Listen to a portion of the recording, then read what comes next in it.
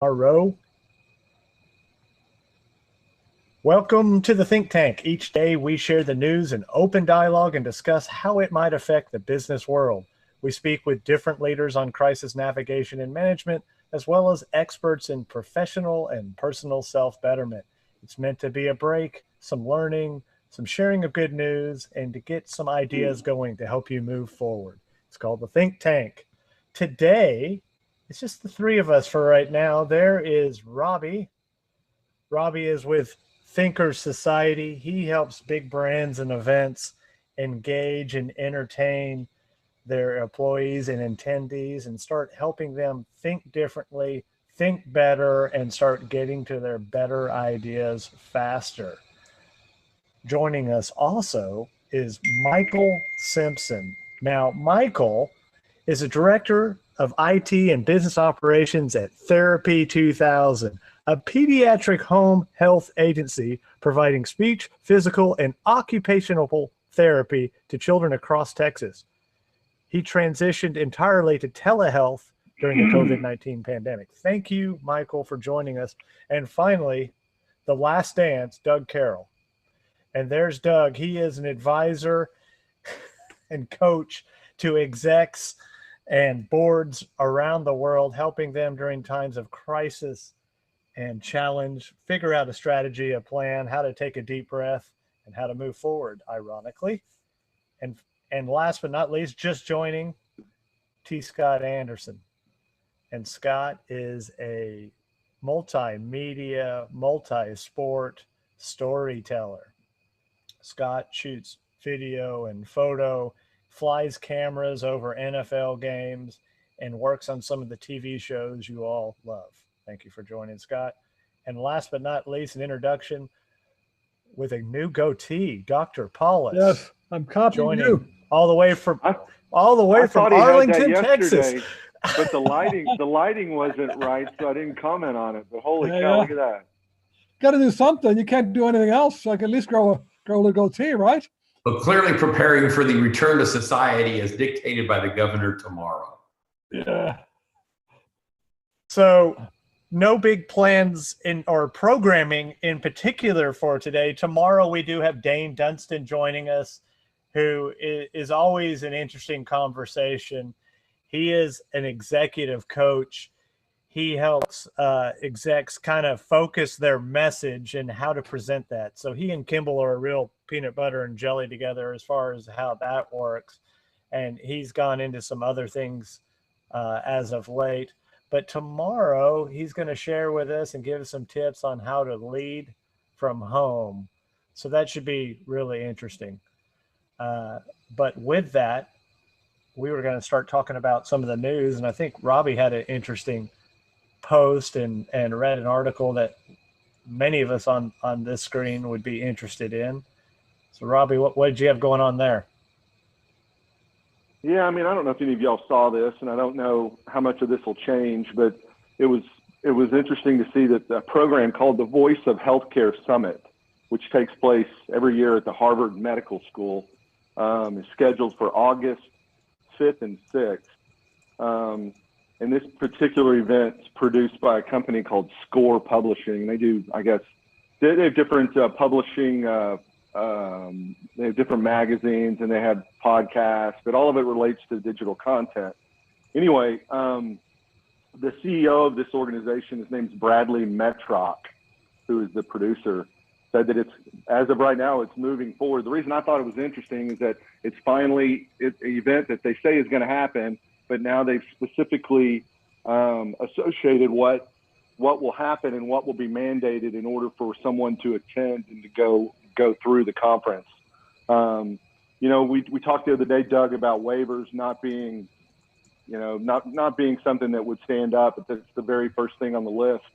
Everyone on site, employees, attendees, exhibitors, sponsors, volunteers, etc., will have to sign a waiver. They get sick with coronavirus or anything else around the time of the conference.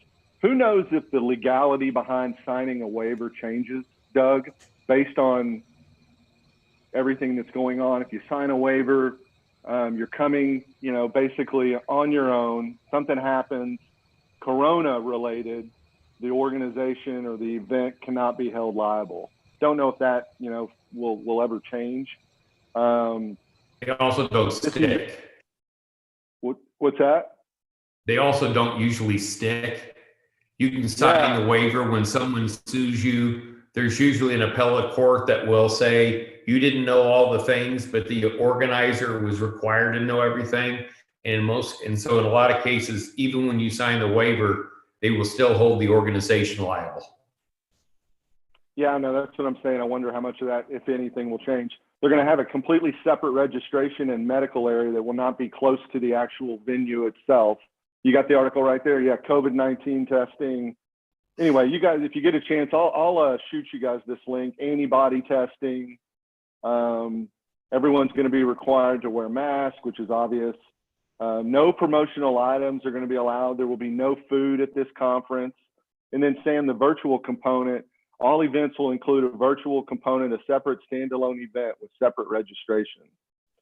The guy goes on to talk in the article about everybody right now is going through, death by webinar, and that, programs like, the CES event, which I guess is the largest convention, I think, that takes place in Vegas, will no longer take place, obviously, in its current capacity, South by Southwest, but those events will take place, but they're going to become much smaller. The attendance will be smaller. Therefore, the expense to attend and to put on the event will be much greater. This is just one guy, but it's at least somebody moving forward and saying, this is what we're going to do.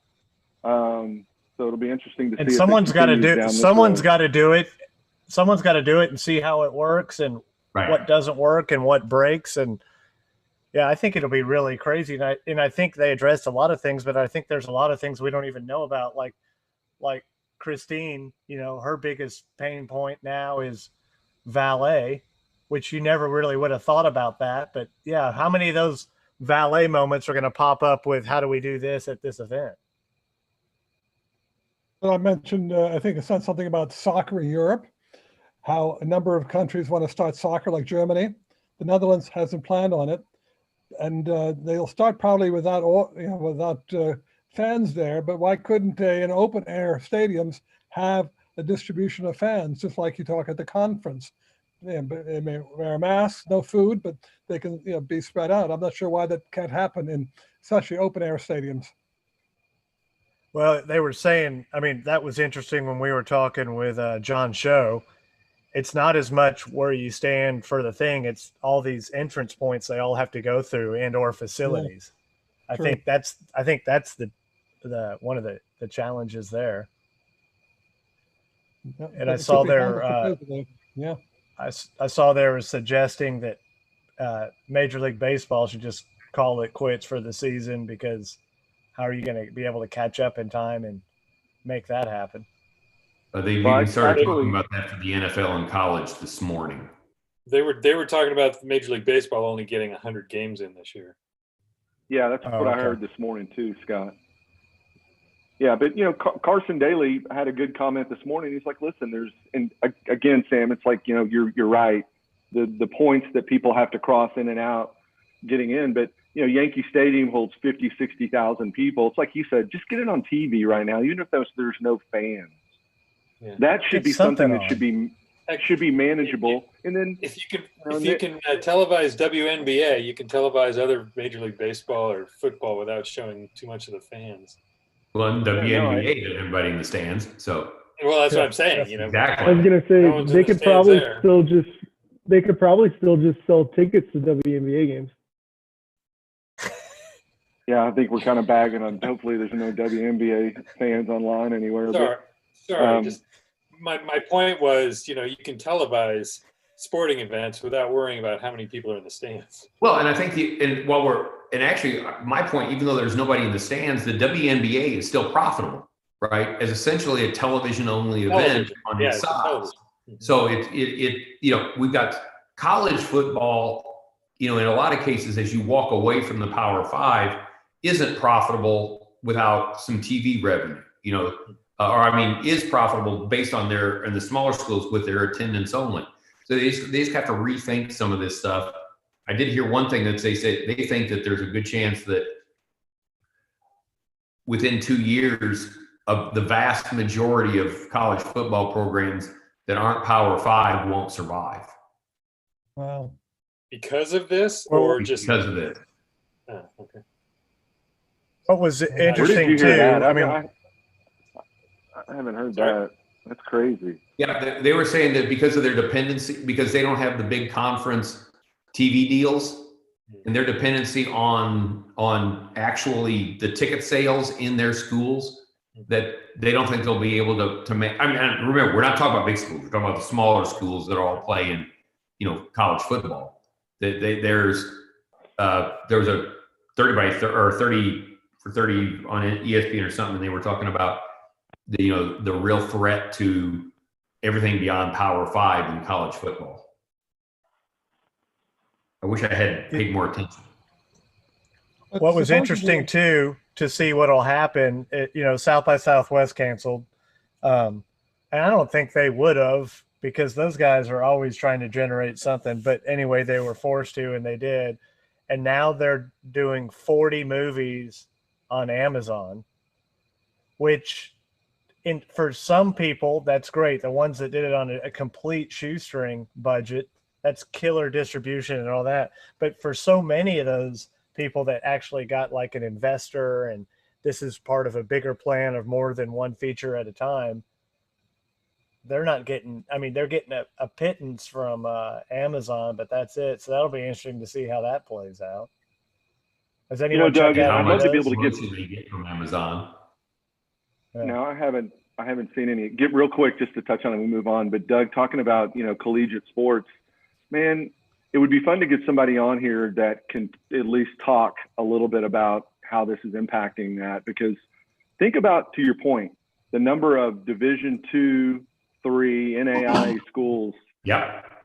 That literally, if there was not college football, college, whatever, lacrosse, whatever it might be, maybe lacrosse isn't a good example. Those kids aren't going to go to college. Forget sports. They're just not going to go. A lot of those kids are just not going to end up going to college, because the only reason a lot of them were going, I know Logan was getting recruited by a bunch of NAIA schools and that I had never heard of. And the more, Scott, you know this too, the more you do research on them, most of them they're literally colleges that just revolve around sports. I mean, I went to a Division III school, and there are no scholarships in Division III. It's just all part of the school budget. There's no. Yeah, you're right. So Division III, Logan Logan's Division III, but you're right. But NAIA and Division II schools. I mean, that it's not just sports. It's going to damage that entire system. Hopefully, it doesn't happen. It's crazy. Interesting stat I saw yesterday that in all of our shelter at homes, YouTube's earning for the first quarter was $4 billion. Billion. And then you're like, wow, that's crazy. Well, Google's earnings were 41 billion from all the web surfing and of course, all their different companies, but crazy. That's nuts. Hey, Doug, you said there was some, real quick, Doug, you mentioned last week that there were some analysts saying that Disney could possibly not open until 22. Is that what you heard? No, early 21. Okay, because there was an article today produced that Florida officials discussed Disney World, Universal's, the possible reopening guidelines and what the rules for the employees and the guests are going to be. But pretty standard stuff. But at least they're talking about it. Well, and then what's interesting, you talk about the football piece. Like, so one of the things Disney's looking at is, so as we just talked about, you think about the scale of Disney and Universal, you can fairly easily do the math around giving people more space, and I know you guys have been there a lot. We rented Disney out at night once for a private party with Epcot, and we had 2,000 people in Epcot, and you couldn't find another human, but one of the things Disney's talking about is using the Magic Band and assigning times of day that you can get in. So you can stay as long as you want, but you can only go through the turnstile for these 30 minutes to try to manage that intake of people to keep it from being so crowded, because that's one of their biggest concerns is, as Sam said, it's the choke point getting in and then getting out. And that your Magic Band then would tell you at night, you have to leave between 7:30 and 7:45. And so to try to manage some of the big stuff. So there's a lot of people looking at very innovative and different ways to manage some of those pressure points. It'll be interesting to see what comes out and how that all works. Michael had some interesting news on the Parks and Recreation front. What were you about to share there, Michael?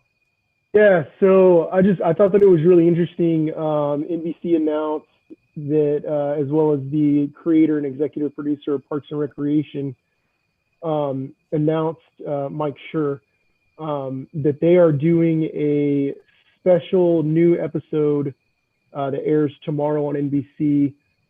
They got the entire original cast of Parks and Recreation back, almost the entire original cast of Parks and Recreation back, to do an episode that was shot entirely in each of the cast's own homes. And I thought that was really interesting, and just kind of how, I guess, a lot of, there's going to be a lot of complexities there and getting shots right and lighting and everything like that. Apparently the premise is going to be the main character, Leslie Knope, trying to keep up with her friends during the coronavirus pandemic. And I thought it was really cool. I think they're doing some sort of fundraising component around it as well. Don't know if anybody else has heard anything about that. I heard they were doing it. I didn't hear you. You got a lot more detail. I saw the latest Some Great News or Some More Great News, whatever it is. That was pretty fun. He's really evolving what he's doing and who he's including. That was interesting to see. And then I saw the replay of Brad Pitt on Saturday Night Live doing Dr. Fauci. Did you guys see that? Yeah. That was great. I missed that. Yeah, I mean, he's probably sitting in his house at his desk, and he does a really good Fauci, and then he pulls all of his stuff off and just says, "I really want to thank you," and then here we go, Saturday Night Live. Well, you heard how that started. Part of how that started was there was an interview with Fauci, and somebody said, well, if they make a movie of this time in your life, who do you want to play you? And he jokingly said, Brad Pitt. Well, he did. And then apparently they asked him after. Yeah. And he said, yeah, he did a perfect job. Yeah. That's funny. Any other news to share? Anyone? Well, I don't know if we've unpacked the latest from Governor Abbott. He said on Tuesday afternoon that he will allow the stay-at-home order to expire on Thursday night, which will allow a lot of businesses to reopen on Friday, May 1st. It includes retail stores, malls, restaurants, and movie theaters, but limits their occupancy to 25%. I think it's going to be really interesting to see how businesses respond to this. There's going to be, I think we've already seen a lot of businesses that have indicated plans to reopen. We've seen a lot of businesses just defy the orders to begin with. And then we've seen businesses that say, it actually doesn't really make much sense. There's not a lot of money for us to be made. Right. If we're only opening at 25% capacity. So it's going to be interesting to see how that all shakes out. And, of course, there's a lot of people that are saying it's happening too soon. There's a lot of people that are saying that it's not happening soon enough. So the other interesting dynamic to that to me, and Dr. Paulus might give us some real good insight on this, is I'm as curious to see the herd mentality and what happens with the public. Once we've opened the doors, if in fact we get the second wave, can we shove everybody back in their house again? or if the genie leaves the bottle, is it over? And, I think that's going to be I'm less worried about the things we can legislate. We can legislate the businesses to reshut. Mm-hmm. I'm not sure we can legislate the people to go back home. Right. Dr. Paulus, yeah, it was interesting smart, too. He needs to unmute. Oh, okay. There he goes. Yeah. Go ahead, Dr. Paulus. I was muted myself, but I've been thinking about that. It's really interesting. I think I agree with you. It's going to be really hard to go back to what we've been through this time. I think even if the government says we got to shut down again, and people say, no way, we're not going to do that, we can find a way to cope somehow. And those of us who are vulnerable, yeah, we're going to go hide again. Yeah. People, the typical population that's not going to be affected, they're going to say, wait a minute, we can figure this out. We can work as restaurants. We can do this and that. So I think it's been very hard ever.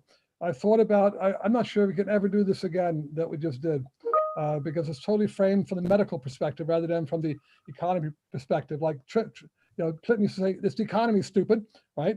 And now we say, no, it's healthcare stupid. It's one person is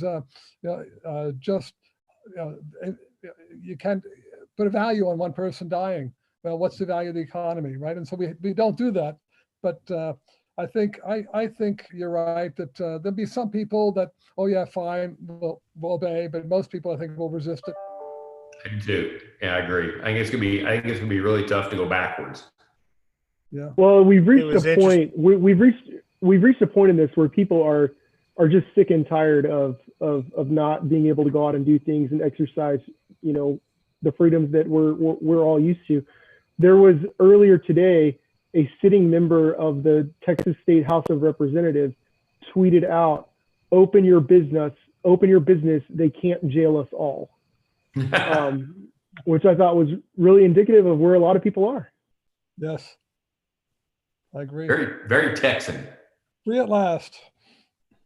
Cuomo had a good point today. So they're talking about how they're going to open up New York a little bit, but they don't want to do like the racetrack. Sarasota racetrack? They don't want to open things like that, especially because it's such a big attraction that not only do they want things to open, but they want people to kind of still stay in their general area. And if you open up something of significance, people will travel from all over and bring whatever infection they may or may not have.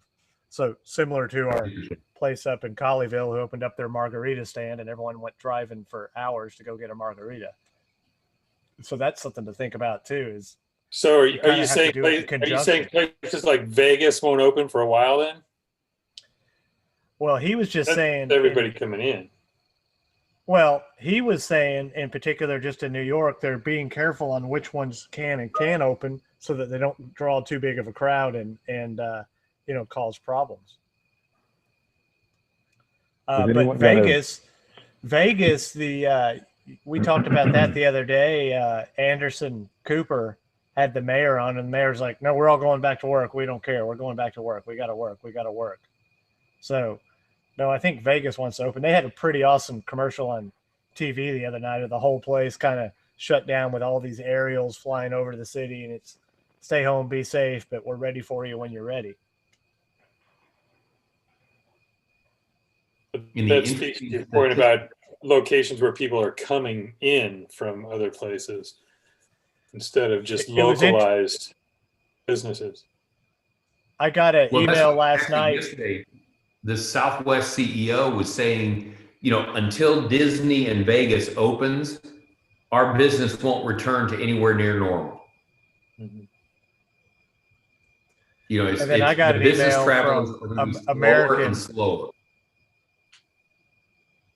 And I got an email from American saying, hey, we're cleaning everything, and here's a video, and they're fogging stuff and cleaning, and so we're ready for you. But man, I don't see people running over there. Well, and the estimates on the shift in business travel are stunning. Wow. After 9/11, business travel came back pretty darn quick. They're saying that with what everybody's had to learn here, one article was talking about that business travel could go down by as much as 60 to 70%. driven by just the accountants saying, I'm not going to pay for it anymore, not COVID. And then, you know, the other part too that was interesting was, you know, I saw an article today I didn't get to read, but it was somebody here in one of the big companies in Dallas saying this is going to cause everybody to rethink having big downtown skyscraper buildings with 5,000 to 7,000 people in it. They said, you know, the CEO said, we just don't need it. It doesn't make any sense. And there's also data that suggests people are wanting to move further and further outside the city. Right. Have you seen anything about? Has anybody seen anything about studies or research done on commercial real estate? Yep. Yeah. The challenge with the current studies and numbers are they're all sort of like the covoid, because real estate moves slowly and there isn't enough data. You know, they know currently the properties that have listed that haven't sold, the trends, it's all crashed, you know, obviously. But in certain places, Dallas being one of them, the commercial real estate construction continues to be very strong. It's going to be a question of what's going to happen with canceled contracts and new commercial construction going forward. And in the places it's not, that aren't attractors, and Dallas is an attractor, the commercial real estate market is probably going to be very, very soft. I know photography-wise, real estate photographers aren't shooting stuff that people are living in. Right. It's got to be completely empty, or not empty, but just, you know, staged with something. But nobody has been in there for at least a month, right, or at least a couple of weeks. Isn't that interesting? Statistics that maybe nobody cares about. Sometime in the last 2 days, COVID rolled over to have killed more people in the U.S. than citizens were killed in the Vietnam War. Oh yeah, Trump's got 2 Vietnams now. About that this morning. The one in New York when he went unprotected through his dating life, and now he's got this one. Yeah. All right. Any more news to share? All right. Well, please join us tomorrow. We'll have Dane Dunstan on. He's going to talk with us about some of the things he does on a day-to-day and now with COVID. But more importantly, he's going to give us some tips on how to lead from home, which would be interesting to see how he's telling people how to do that. We'll be on at 2, same time, same bat channel. Stay home, wash your hands, and be healthy. Hey, Sam, give us a tune on the keyboard behind you. Is that a keyboard? Yeah. Hold on. Where is it? There we go. All right, guys.